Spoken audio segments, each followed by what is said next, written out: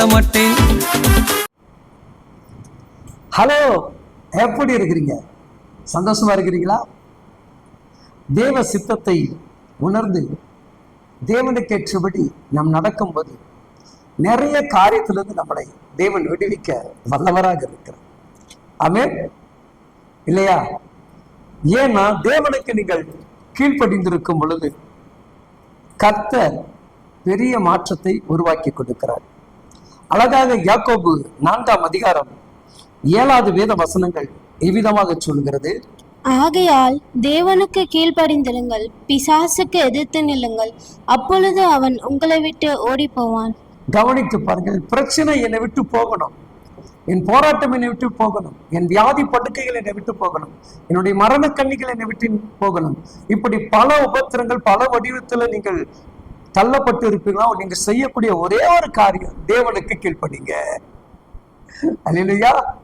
நம்ம தேவனுக்கு கீழ்ப்படிஞ்சா போதும். பிசாசுக்கு எதிர்த்து நிற்கணும், மனுஷனுக்கு அல்ல.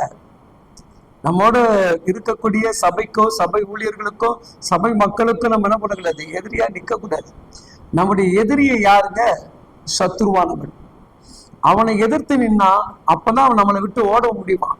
இல்லை அவன் நம்மளை விட்டு ஓட மாட்டானா? புரியுதுங்களா உங்களுக்கு?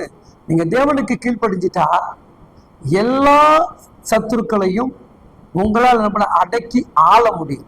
அடக்கி உங்களால என்ன பண்றீங்க? ஆளுகை செய்யும். ஏன்னா தேவன் கீழ்ப்படுகிற பிள்ளைகள் மீது அவருக்கு அலாதி ஒரு பிரியம். எப்படி சொல்றது? என்ன கேட்டாலும் அவர்களுக்கு அள்ளி கொடுத்துருவாரு. அப்படி ஒரு குணமுள்ள தகப்பன். நல்லா நீங்க சாதாரண கேளுங்க, நம்ம வீட்டுல அப்பா அம்மாவுக்கு நம்ம கீழ்ப்படிஞ்சா நம்ம கேட்கறதுக்கு மேலானதை நம்ம அப்பா அம்மா வாங்கி கொடுப்பாங்க இல்லையா? அதுபோல்தான் நம்முடைய பரம தகப்பன். இந்த நாட்கள் நீங்க என்ன பண்ணுங்க?